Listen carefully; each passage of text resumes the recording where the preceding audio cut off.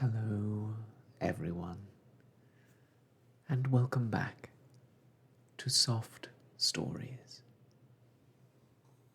I'm Stratton, and this is Pepper. And today we are going to be continuing our reading of Alice's Adventures in Wonderland by Lewis Carroll. Last time we encountered some of the most well-recognized characters from this book. The Mad Hatter and the March Hare and their sleepy friend the Dormouse. Today we're going to be encountering another iconic person. One who I'm sure you can guess from the title of this week's chapter, which is Chapter 8, The Queen's Croquet Ground. Let's dive right in.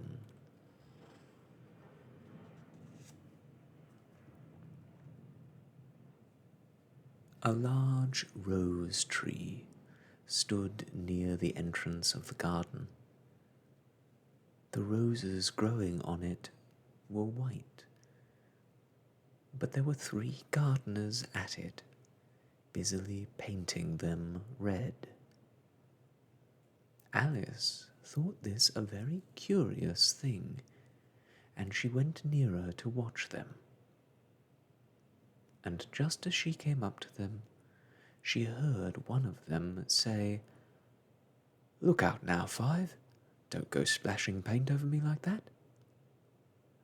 "I couldn't help it," said Five, in a sulky tone.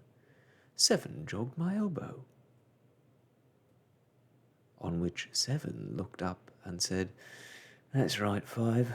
Always lay the blame on others." "You'd better not talk," said Five. "I heard the Queen say only yesterday you deserved to be beheaded." "What for?" said the one who had spoken first. "Oh, that's none of your business, too," said Seven. "Yes, it is his business," said Five, "and I'll tell him it was for bringing the cook tulip roots instead of onions." Seven flung down his brush and had just begun, "Well, of all the unjust things," when his eye chanced to fall upon Alice, as she stood watching them, and he checked himself suddenly. The others looked around also, and all of them bowed low.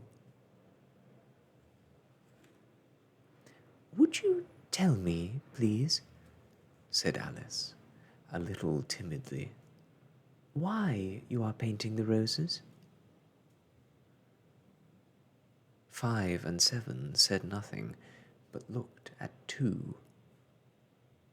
Two began in a low voice, "Why, the fact is, you see, miss, that, this here ought to have been a red rose tree, and we put a white one in by mistake. And if the Queen was to find out, we should all have our heads cut off, you know. So, you see, miss, we're doing our best. And before she comes to..." At this moment, Five, who had been anxiously looking across the garden, called out, "The Queen! The Queen!" And the 3 gardeners instantly threw themselves flat upon their faces. There was a sound of many footsteps, and Alice looked round, eager to see the Queen. First came 10 soldiers carrying clubs. These were all shaped like the 3 gardeners, oblong and flat, with their hands and feet at the corners. Next, the 10 courtiers. These were ornamented all over with diamonds, and walked two and two, as the soldiers did. After these came the royal children. There were 10 of them, and the little dears came jumping merrily along, hand in couples.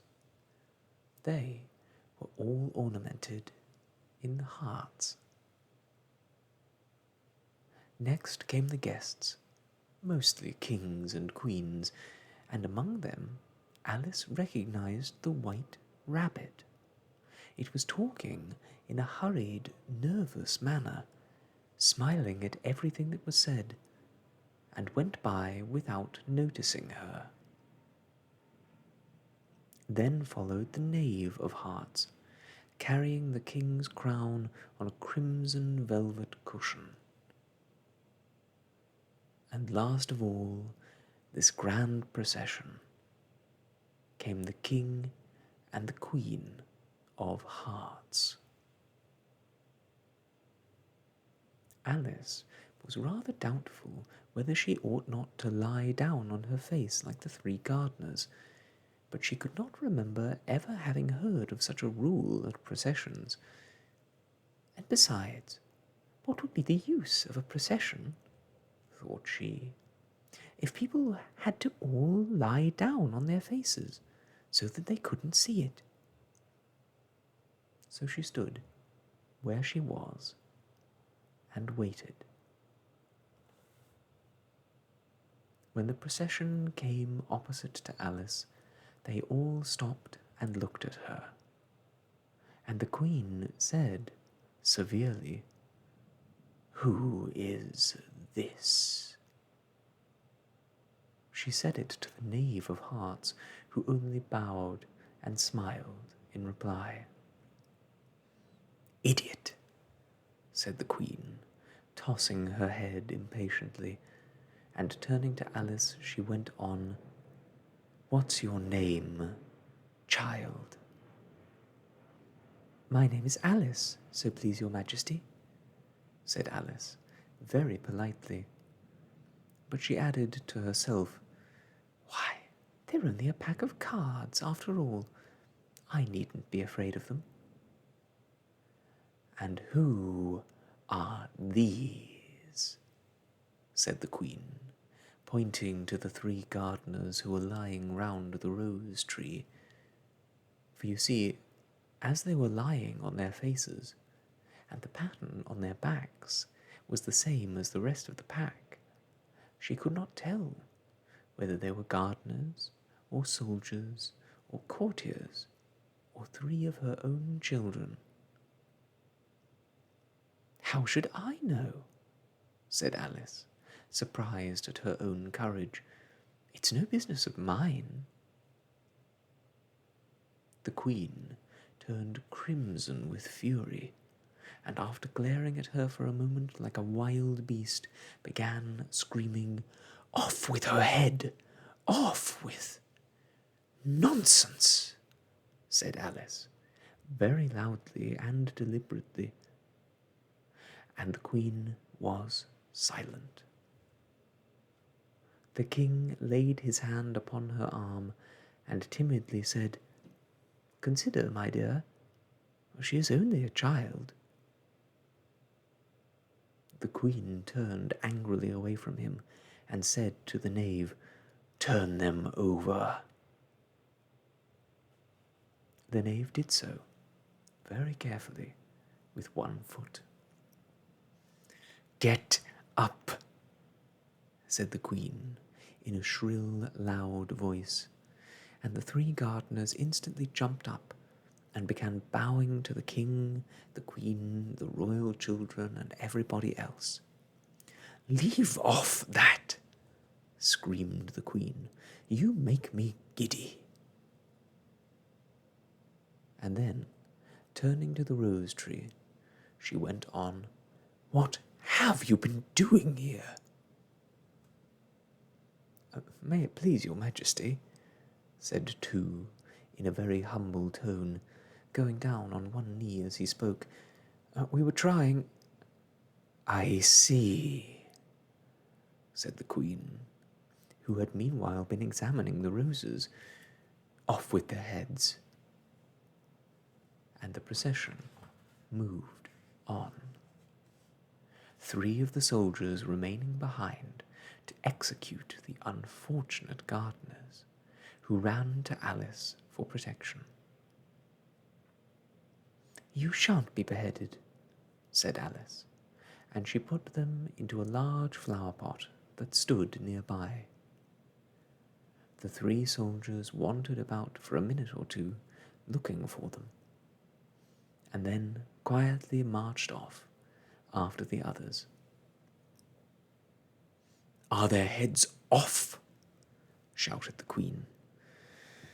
"Their heads are gone, if it please your Majesty," the soldiers shouted in reply.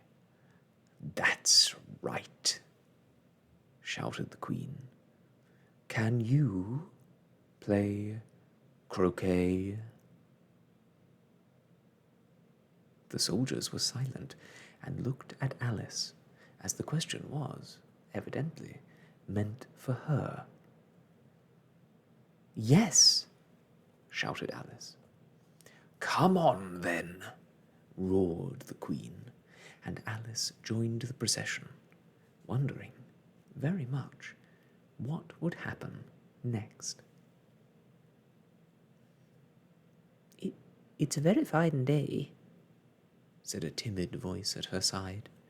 She was walking by the White Rabbit, who was peeping anxiously into her face. "Very," said Alice. "Where's the Duchess?" "Hush, hush," said the rabbit, in a low, hurried tone. He looked anxiously over his shoulder as he spoke, and then raised himself up on tiptoe, put his mouth close to her ear, and whispered, "She's under sentence of execution." "What for?" said Alice. "Did you say, 'what a pity'?" the rabbit asked. "No, I didn't," said Alice. "I don't think it's at all a pity. I said, 'what for?'" "She boxed the Queen's ears," the rabbit began. Alice gave a little scream of laughter. "Oh, hush!" the rabbit whispered in a frightened tone. "The Queen will hear you. You see, she came rather late, and the Queen said—" "Get to your places!" shouted the Queen in a voice of thunder, and people began running about in all directions, tumbling up against each other. However, they got settled down in a minute or two, and the game began. Alice thought she had never seen such a curious croquet ground in her life. It was all ridges and furrows. The croquet balls were live hedgehogs, and the mallets live flamingos, and the soldiers had to double themselves up and stand on their hands and feet to make the arches. The chief difficulty Alice found at first was in managing her flamingo. She succeeded in getting its body tucked away, comfortably enough, under her arm, with its legs hanging down, but generally just as she had got its neck nicely straightened out, and was going to give the hedgehog a blow with its head, it would twist itself round and look up in her face, with such a puzzled expression that she could not help but burst out laughing.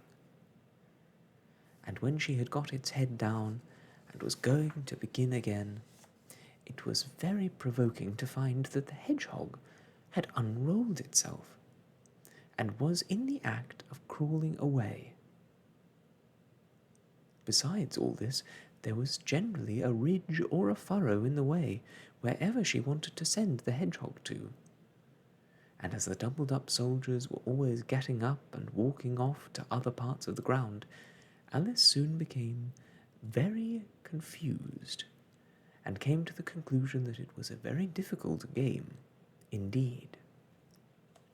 The players all played at once, without waiting for turns. quarrelling all the time and fighting for the hedgehogs. And in a very short time the queen was in a furious passion, and went stamping about and shouting, "Off with his head," or "Off with her head," about once in a minute. Alice began to feel very uneasy, to be sure. She had not had as yet any dispute with the queen, but she knew that that might happen any minute. And then, thought she, what would become of me? They're dreadfully fond of beheading people here. The great wonder is that there's anyone left alive. She was looking about for some way of escape, and wondering whether she could get away without being seen, when she noticed a curious appearance in the air. It puzzled her very much at first, but after watching it a minute or two, she made it out to be a grin. And she said to herself, "It's the Cheshire Cat. Now I shall have somebody to talk to." "How are you getting on?" said the cat, as soon as there was mouth enough for it to speak with. Alice waited till the eyes appeared, and then nodded. "It's no use speaking to it," she thought, "till its ears have come, or at least one of them." In another minute the whole head appeared, and then Alice put down her flamingo, and began an account of the game, feeling very glad she had someone to listen to her. The cat seemed to think that there was enough of it now in sight, and no more of it appeared. "I don't think they play at all fairly," Alice began, in rather a complaining tone, "and they all quarrel so dreadfully one can't hear oneself speak. And they don't seem to have any rules in particular. At least, if there are, nobody attends to them. And you've no idea how confusing it is, all the things being alive. For instance, there's the arch I've got to go through next, walking about at the other end of the ground. And I should have croqueted the Queen's hedgehog just now, only it ran away when it saw mine coming.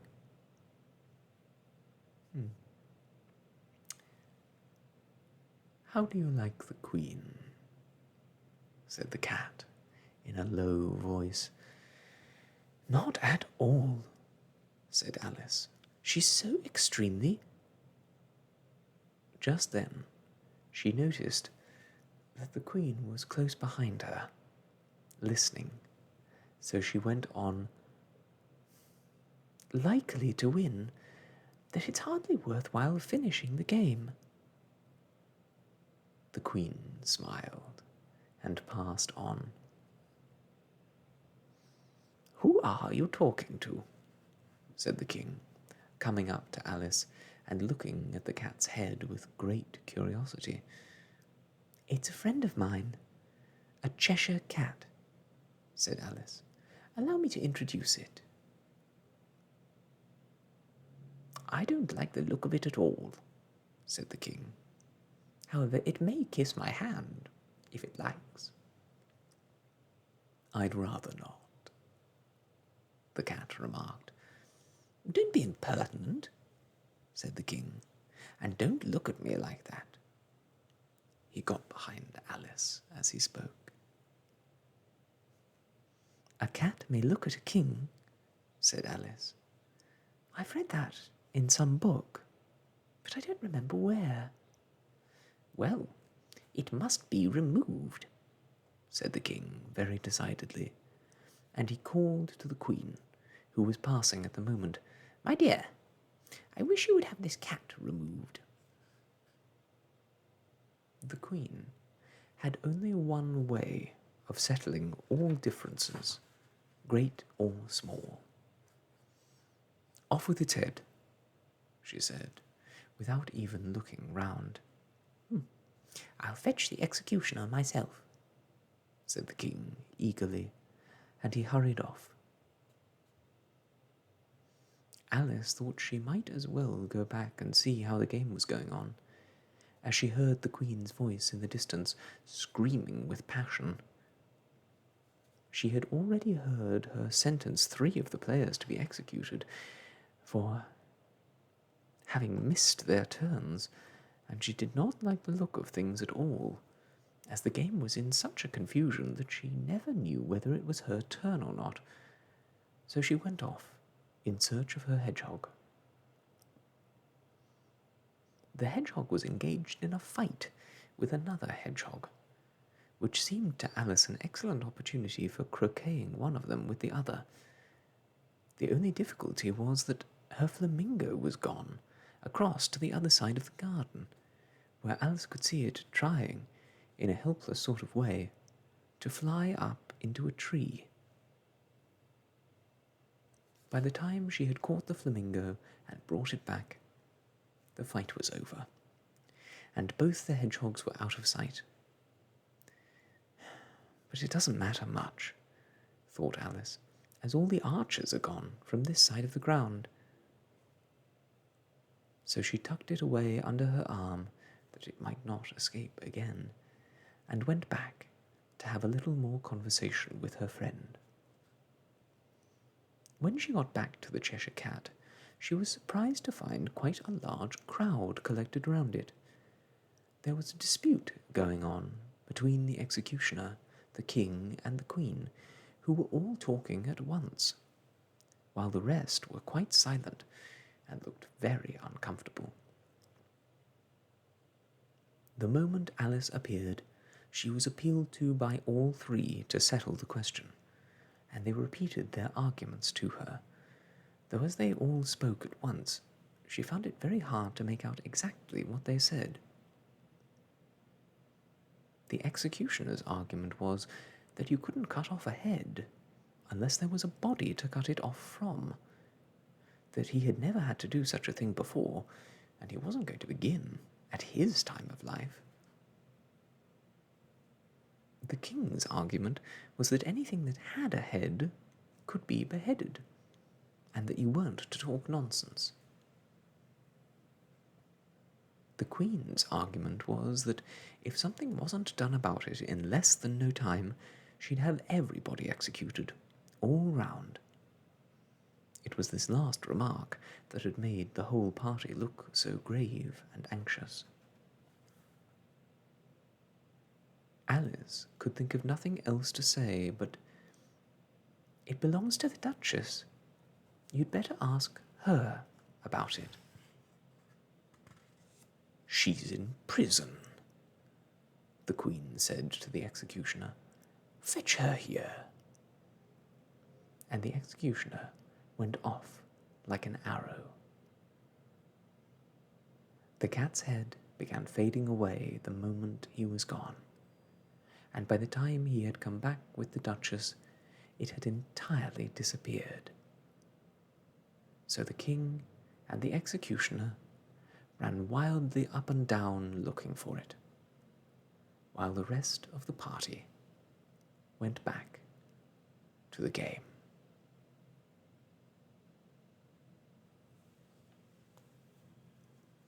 And that, my friends, is the end of our reading for this week. Thank you so much for joining me today on Soft Stories. I hope you enjoyed this spot of outdoor activity, frenzied and chaotic as it might have been.